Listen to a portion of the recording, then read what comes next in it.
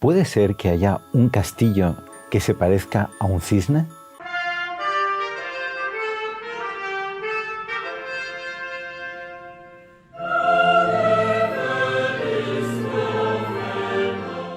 Salve María.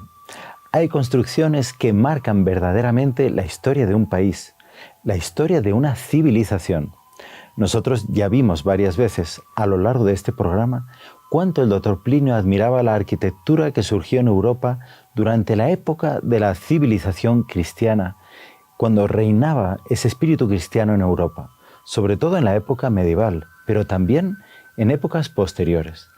Se construyeron verdaderas maravillas que mostraban el espíritu católico del pueblo. Especialmente esto ocurrió en un país muy querido del Dr. Plinio que se llamaba Francia. Y hoy vamos a conocer una de esas construcciones que marcaron la historia y hasta hoy es admirada por miles de visitantes. Se trata del castillo de Chenonceau. Vamos a escuchar con toda atención los comentarios que el Dr. Plinio hace sobre esta obra arquitectónica extraordinaria y de esta manera elevaremos nuestro espíritu y nos libraremos por un instante de la vulgaridad de este siglo XXI.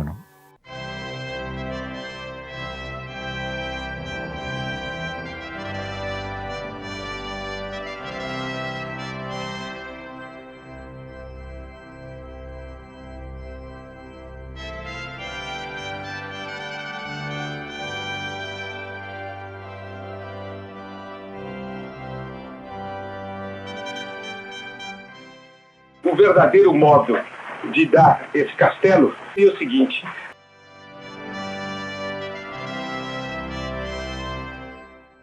não de permitir que os senhores fizessem uma longa estácio diante do castelo, em que ele se desgasta um pouco, porque todas as emoções desgastam. Eu creio que nós sabemos bem disso. Mas seria fazer o seguinte: correr um pano e de repente levantar o pano.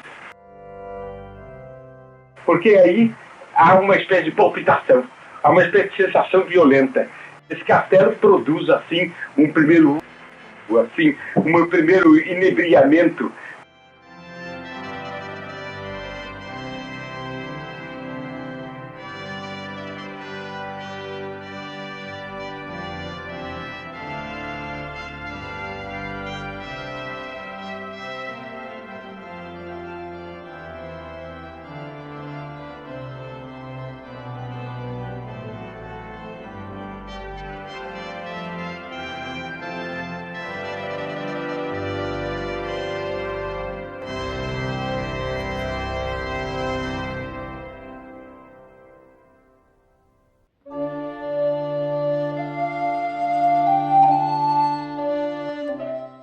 O que os senhores podem notar no castelo de interessante é o seguinte: os senhores imaginem que ele fosse um castelo em terra e que aqui, em vez de passar esse rio, passasse uma estrada poeirenta comum.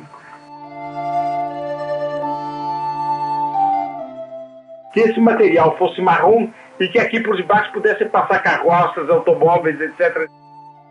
Os senhores não têm a sensação de que o castelo perdia pelo menos 50%? Ele é um castelo muito bem construído, muito bonito.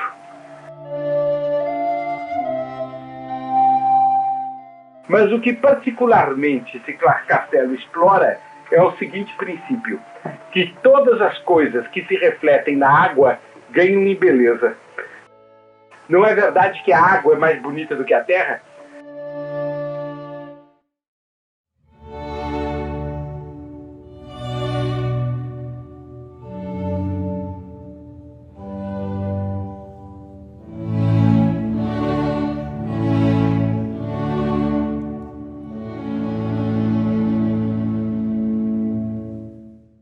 Entretanto, o que a água tem de especialmente bonito é que tudo quanto nela se reflete ganha em beleza. Ela não se reflete em nada e tudo quanto nela se reflete ganha em beleza. E debruçado sobre ela, aquilo que nela se reflete toma um caráter de beleza celeste, de beleza de sonho, de beleza irreal, de mundo das maravilhas, para dizer tudo numa palavra só, de paraíso perdido.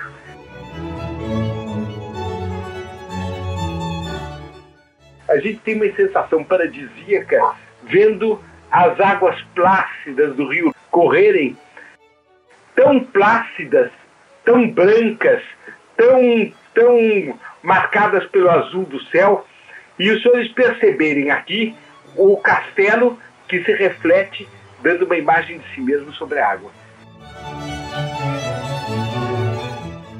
A gente vê que a maior beleza do castelo é essa ideia originalíssima de o construir em cima de uma ponte, de maneira tal que ele, por assim dizer, está como um cisne em cima da água. Isto é um castelo cisne. Ele flutua todo leve sobre a água, ele é uma fantasia, uma coisa irreal, é um sonho.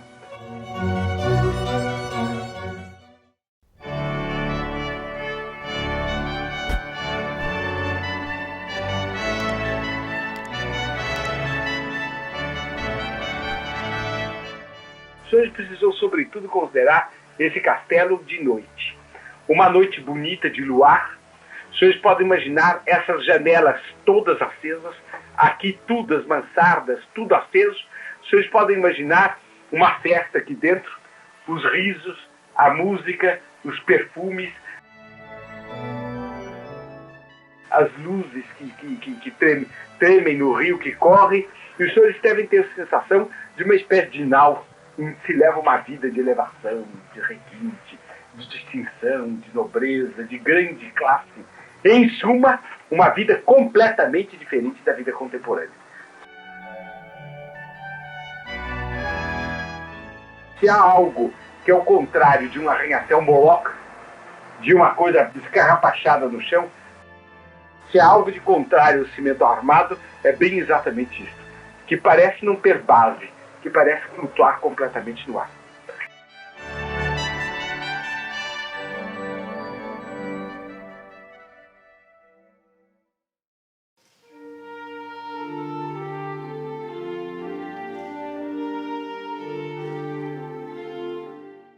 Agora, a partir desta ideia, os senhores analisem quanta harmonia foi posta dentro disso.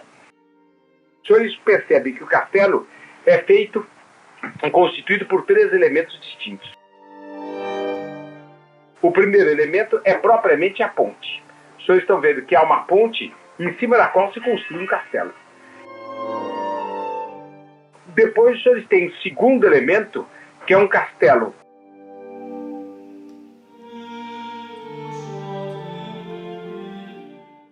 É uma parte maciça que contrasta com essa.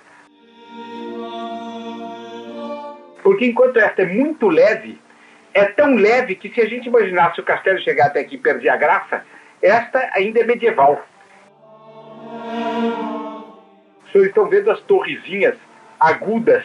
É um período de transição entre a Renascença e o medieval. As torrezinhas agudas que flanqueiam o castelo e que dão ainda a ideia de uma velha fortificação. Os senhores veem o contraste entre estes arcos tão diáfanos e tão leves de um lado, e depois essa base pesada aqui, onde, entretanto, se tem a impressão que passa água. Quer dizer, pousando no rio e imergindo. E este misto de firmeza, estabilidade e delicadeza forma um contraste harmônico de qualidades opostas que exatamente acentuam o encanto dessa parte. Esta chaminézinha tem um papel extraordinário. Imagine o castelo sem essa chaminé. Que papel pode ter um chaminé de uma coisa, né? Mas é o quê? É que essa chaminé é uma espécie de ponto final, vivo e agudo, para dar a entender que o castelo acabou. Ela tem uma função extraordinária aqui. Bem, aqui o castelo não toca na terra. O senhor vê que ela se prolonga por uma ponte levadiça que chega à terra.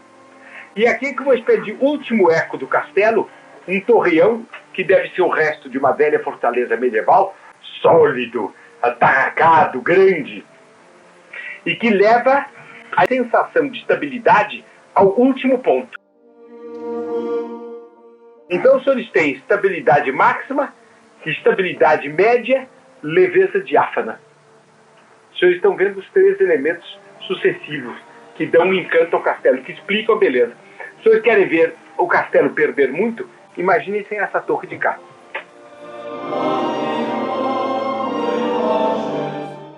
Não é verdade que fica faltando algo? O que é que fica faltando? É um imponderável. O castelo fica leve demais, ele fica sem graça. E é exatamente nisso que está a inteligência do espírito de medida do francês.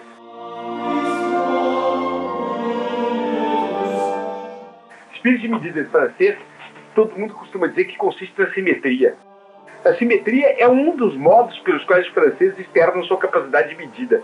Aqui os senhores estão vendo qual é a medida. Leveza, leveza, leveza? Tá bom. Compensa a leveza com isso daqui.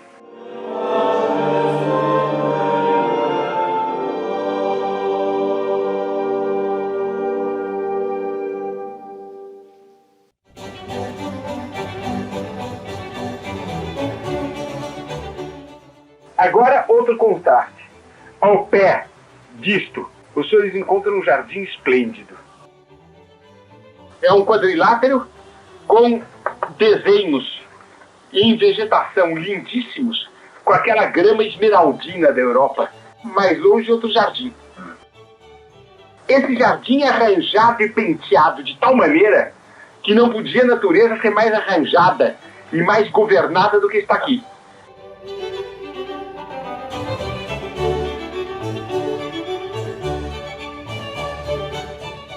Quer dizer, tudo que parece espontâneo foi estudado com uma sagacidade extraordinária para um efeito de conjunto.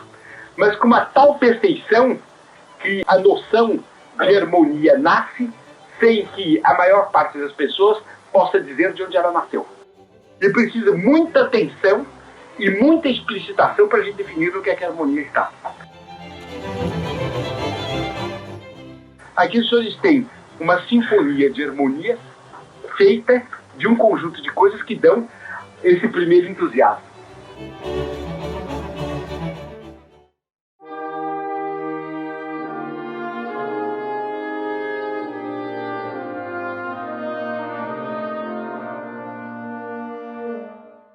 Haveria reservas a fazer esse castelo que eu acabo de descrever tão esplendidamente.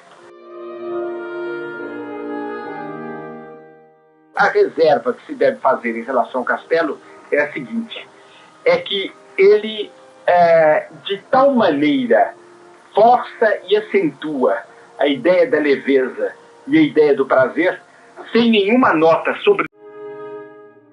É ou não é verdade que se oferecesse ao habitante desse castelo de viver 5.000 anos, ele aceitaria imediatamente?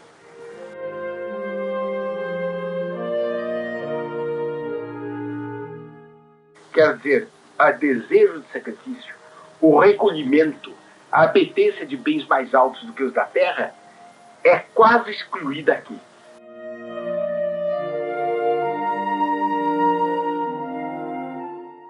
Aqui se provoca a apetência dos mais altos bens da terra, mas há qualquer coisa que feche o caminho do céu. Para quem vive na época de hoje, eleva. Para quem vivia nesta época, este castelo representava uma baixa de nível.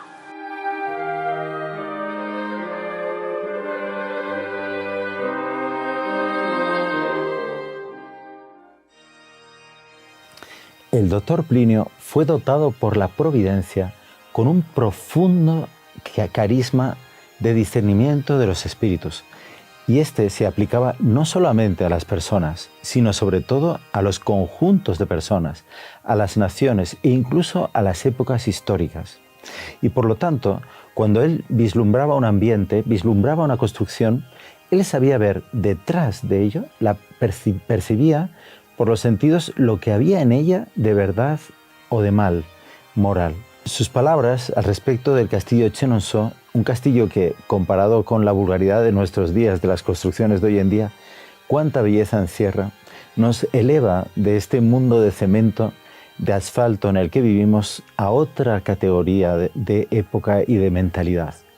Fuera ya de la revolución, Y podemos de esta manera, dice, comprender cómo si hacemos caso, si atendemos a la gracia de Dios que va actuando en nuestra alma, es posible, dice, corresponder a esa gracia construyendo, creando una civilización aquí en la tierra de acuerdo con ese espíritu del Evangelio. Pidamos, por tanto, que todas estas maravillas que nacieron en cierto sentido bajo la inspiración de la Santa Iglesia Católica se conviertan en una pequeña muestra de lo que va a ser el futuro, de lo que va a ser el triunfo del Inmaculado Corazón, porque es evidente que la Santísima Virgen María va a ayudarnos en este proceso de llegar a una civilización que sea verdaderamente cristiana, incluso también en sus ambientes, en sus construcciones, en su arte, y será todavía más bonito que todo lo que hubo en el pasado. Voy a darles la bendición. El Señor esté con ustedes y que la bendición de Dios Todopoderoso, Padre, Hijo y Espíritu Santo, quede con ustedes para siempre. ¡Salve María! Si le ha gustado este programa, deje su like, suscríbase al canal, active la campanita para las notificaciones, comente y no se olvide de compartirlo con sus amigos. ¡Salve María!